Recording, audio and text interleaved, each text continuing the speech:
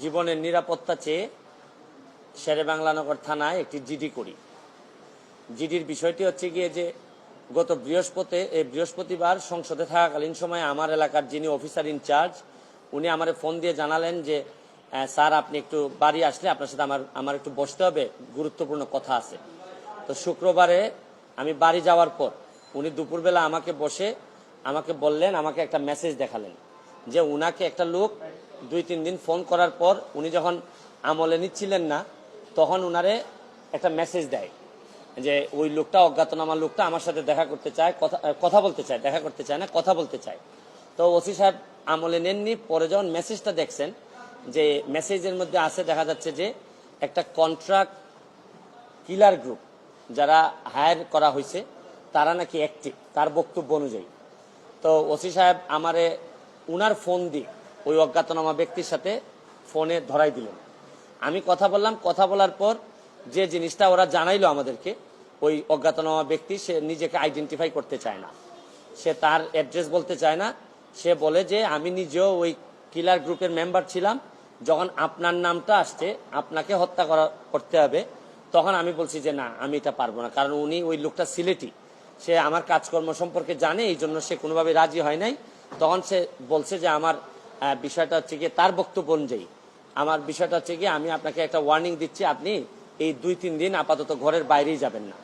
তো এটা শোনার পর আমি নর্মালি এর আগে অনেকবার আমি মৌখিকভাবে বা আমার পিএস এর মাধ্যমে বিভিন্নভাবে আমি থ্রেট পাইছি, এগুলো আমি আমলে নেই না, কারণ এগুলা সামনে বললে একটা প্যানিক তৈরি হইতে পারে, এই জন্য আমি কখনোই সামনে নিয়ে আসি নাই। এইবার যখন আমার এলাকার ওসি সাহেবের মাধ্যমে আসছে তখন আমার কাছে মনে হয়েছে যে মানুষ যখন কখনো কোনো ওসিরে নর্মালি তো কেউ ফোনই দেয় না, তার উপর যখন সে এইরকম একটা মেসেজ দিচ্ছে তখন আমার মনে হয়েছে, আমার এখন মনে হয়েছে যে সিরিয়াসলি একটা পটেনশিয়াল থ্রেট, আমার এটা অবশ্যই আমলে নিতে হবে। তো এই জন্য আমি ওই দিন পরের দিন সকালেই আমি ঢাকা চলে আসি, সংসদ ভবনে চলে আসি। এসে আমি এর ভিতরে আমি পুলিশের ঊর্ধ্বতন কর্মকর্তা যারা আছেন তাদের সাথেও আমি কথা বলি। তো এরপরে আমি জিডিটা আমি গতকালকে করছি। কিন্তু আমার যে জায়গাটাতে প্রশ্ন হচ্ছে, দেখেন আমি একজন মেম্বার অফ পার্লামেন্ট, পুলিশ যখন আমার এলাকার ওসি সাহেব যখন জানলেন কোনো একটা মারফতে যে আমার একটা লাইফ রিস্ক আছে, তখনই কিন্তু উচিত ছিল যে উনি এসপি সাহেবের সাথে আলাপ করবেন, ডিআইজি সাহেবের সাথে আলাপ করবেন, এটা কি আসলেই থ্রেট নাকি না কেউ বোগাস নাকি না কিছু, এটা তো আমার কাছে আসার আগেই এদের তদন্ত করে ফেলা উচিত ছিল। মানে আমাকে জিডি করতে হলো কেন? প্রশ্নটা হচ্ছে গিয়ে যে আমার থ্রেটটা তো আমি জানি না, জানছে প্রথমে ওসি সাহেবের পরে এটা এসপি ডিআইজি ওনাদের কাছে যাবে। আমি জানার আগেই ওনারা আমাকে প্রোটেকশন দিবেন, আমাকে পরে জানাবেন যে এই থ্রেটটা যেটা ছিল এটা রিয়েল অথবা ফেক। ওনারা আমাকে বলছেন, ওসি সাহেবের যতটুকু ব্রেইনে ধরছে উনি ধরছেন, আমাকে বলছেন, আমাকে জিডি করতে হয়েছে। আর আমার নিরাপত্তা তো এখন আমার নিজেরই দিতে হইতেছে। এখন রাষ্ট্রযন্ত্র, আমি এটা বুঝলাম না যে এই রাষ্ট্রযন্ত্র আসলে কি আদৌ আমার বাঁচাই রাখতে চায় কিনা। কারণ হচ্ছে কি, আমি যাকে জিডি করতেছি পুলিশ ডিপার্টমেন্ট, সেই তো আগে জানছে আমার আগে, সেই তো আমারে বলার দরকার ছিল যে সে ব্যক্তি আইডেন্টিফাই করা যায় নাই। পুলিশ মারফত কখনো শুনলাম যে ওনারা নাকি ট্রেকিং করে, কখনো বলছেন যে পাহাড়তলি চট্টগ্রামের, তারপরে কখনো বলতেছেন তার বাড়ি এই বড়লেখা বা সিলেটের কোন জায়গায় যেন। তা আমার বিষয়টা হচ্ছে গিয়ে যে দেখেন, এই দেশে বঙ্গবন্ধু মারা গেছেন, তার পরিবার সবাই মারা গেছে, আমার হবিগঞ্জের শাহ এম এস কিবরিয়া সাহেব মারা গেছেন, আমরা তো কোনো প্রোটেকশনই দিতে পারি নাই।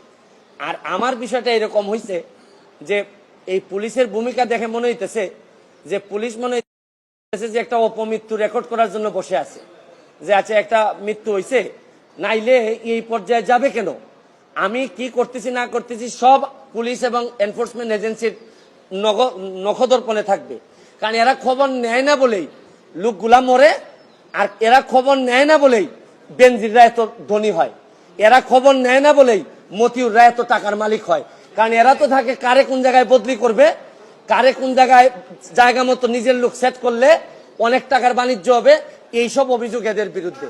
যার কারণে আমার কষ্টটা এখানে, আমার এই মরতে কষ্ট নাই, আমার দুইটা কষ্ট, একটা হচ্ছে মরে গেলে আমার এলাকার মানুষের কি হবে, এইটা আমাকে কষ্ট দেয়।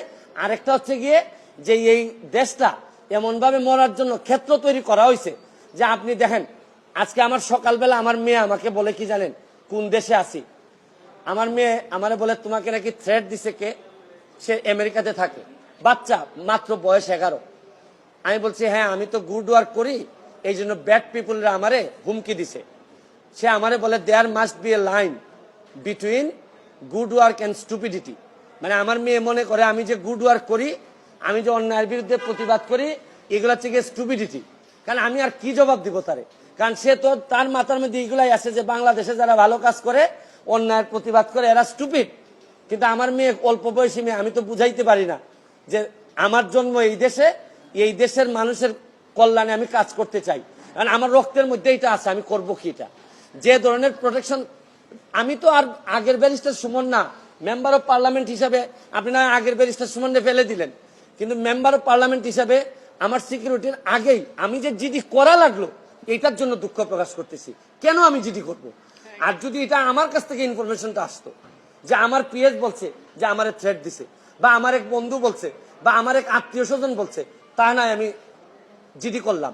পুলিশের মাধ্যমে যখন আসে তখন তো সাথে সাথে কাজটা করার দরকার ছিল। এখন বুঝেন অবস্থাটা কোন জায়গায় আছে।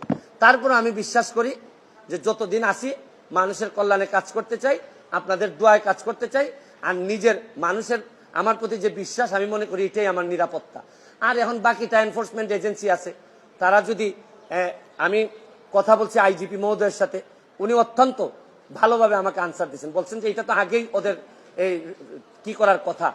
উনি আমার বিশ্বাস যে উনি ওই যারা আছে তাদেরকে প্রশ্ন করছেন যে এটা তো তোমরা জিডি করার আগেই ইনফরমেশন পাওয়ার সাথে সাথে কাজ করার কথা। একমাত্র আইজিপি সাহেব, বর্তমান আইজিপি সাহেব, উনি আমার অ্যাঙ্গেলে উনি কথা বলছেন। আর বাকি যারা আছে সবাই মনে হইতেছে যে সাক্ষী দেওয়ার জন্য বসে আছে, আমি কখন মরবো, মরলে পরে সাক্ষী দিবে। আমার এলাকাটা কিভাবে চলছে বুঝেন না আপনারা, যে কারে কোন জায়গায় সেট আপ করবে, এইভাবেই চলছে।